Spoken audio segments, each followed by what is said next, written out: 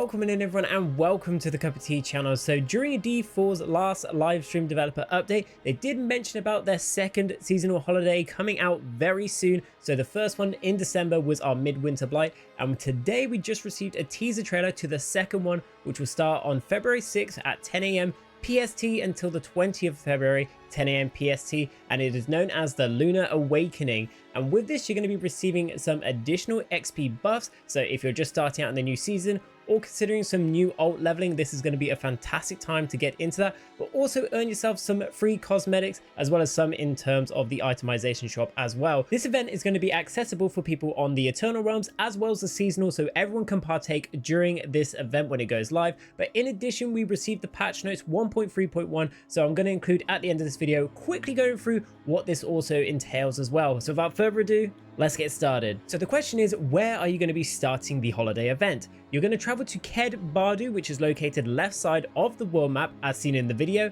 Once you are there, you're going to travel up north to a new central hub known as the Night Market, and this is where you'll meet a new NPC known as Ying Yue, very similar to how Gillian was in the Fractured Peaks in Kyrvishad during the Midwinter Blight event. With the Lunar Awakening event, there is also a new faction in which you will earn Ancestors' Favor for. This is a new reputation system which will have 10 levels, and this will give you access to Lunar Renewal themed rewards. So this holiday event is all to do with shrines, very much the ones that you've been using in the game already in Open Sanctuary, as well as dungeons. However, they've gone over a little bit of a makeover, as well as providing some additional bonuses to what they can currently do. But in addition, the main buff in which you're going to get a 50% experience increase, as well as a 30% movement speed increase. And if you get a certain affix or nightmare dungeon sigil, which has the Ancestors' Favor, that's going to give you a 10% glyph experience increase as well. And in the developer's notes, they actually gave us a list of what these Lunar Shrine effects are. So we're going to start off with the Artillery Shrine, where cats have a chance to summon a Holy Bomb. Blast Wave Shrine, each explosion summons a cluster of bombardments. Channeling Shrine increases attack speed and a chance to reset cooldowns. Conduit Shrine, summon frequent, powerful, shocking strikes. And Greed Shrine, which is probably the most exciting one, chance to summon a Treasure Goblin. Whilst the shrine is active, 25 kills summons a Treasure Goblin and 50 kills summons a second. So this may give us one step closer to those Goblin vaults that we used to have in Diablo 3, which I'm hoping for very soon.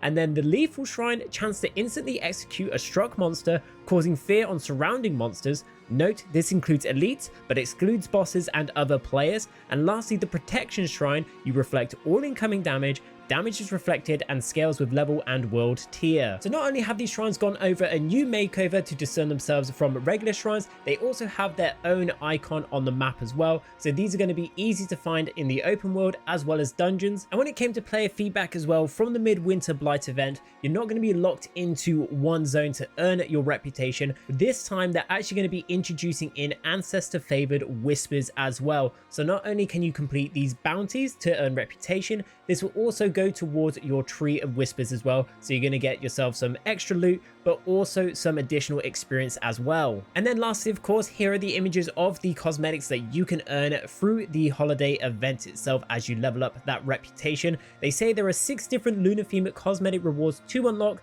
and then as you can see in the first image, there are technically 8. I'm guessing the last 2 don't class as cosmetics, but I'm sure that's included in the reputation reward, where you can earn yourself what looks to be a tattoo and also a mount. But also you have the itemization shop, where if you have a bit of platinum on the side, maybe from the battle pass, maybe you earn yourself a little bit of extra money during January, you can then, if you want to, purchase some additional lunar themed rewards as well. We're now going to move on to the patch notes 1.3.1, which dropped today. And in addition, they did drop some additional patch notes earlier on in the week, which we've covered in a video. So if you want to check that out, I'll drop a description in the link below. But for now, we're going to go right on in to what they've actually applied in these patch notes, which will be dropping on February 1st. I just realized I said the word drop quite a lot of times in that short space of time. Just want to apologize for that. Anyway, patch notes. So the first thing on the list is them actually making changes to 2 main affixes which monsters can spawn with. The first one being the vampiric affix. This would actually drain a percentage of your HP and heal them for a set amount. They've actually made changes to this because sometimes in certain levels of dungeons now, it would be healing them for a bit too much, to the point where you may not be able to kill them. So now they've actually adjusted the numbers. World tier 1, 10% down to 5%. Tier 2, 20 to 10. Tier 3, 35 to 15, and then lastly, will Tier 4 by almost half the amount from 50 down to 25%.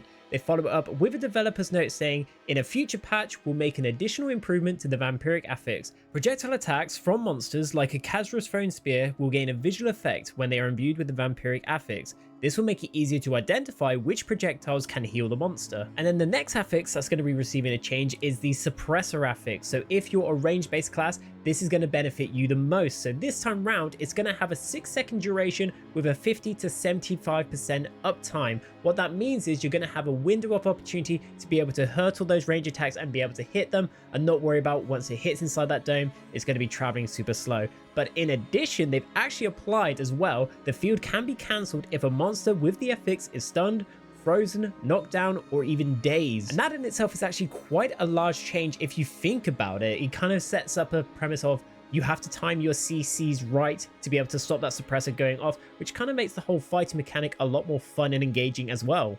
So this next point is actually quite interesting. They're going to be adjusting the layouts as well as monster spawns in several dungeons. They've already applied some minor adjustments already, but what I think this is linked to is one of the dungeons known as the dopamine tunnels, which was an efficient way to basically farm up your levels very quickly before you start hitting nightmare dungeons. I feel like this is going to allow other dungeons to be just as viable, or it could just be a complete nerf to that overall form of leveling. But this is a good time to actually apply something myself. So with the whole new layout system that, I hope this actually addresses the issue of respawns when dying in dungeons as well. Yes, sometimes I die in dungeons, okay? It happens to the best of us.